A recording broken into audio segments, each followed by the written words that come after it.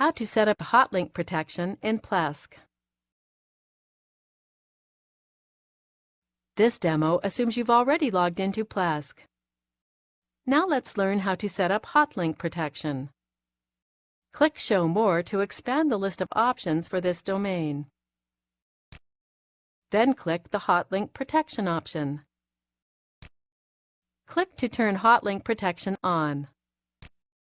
Then make sure all the file extensions you want protected from hotlinking are listed here. Add any websites you want to allow hotlinking for, then click OK.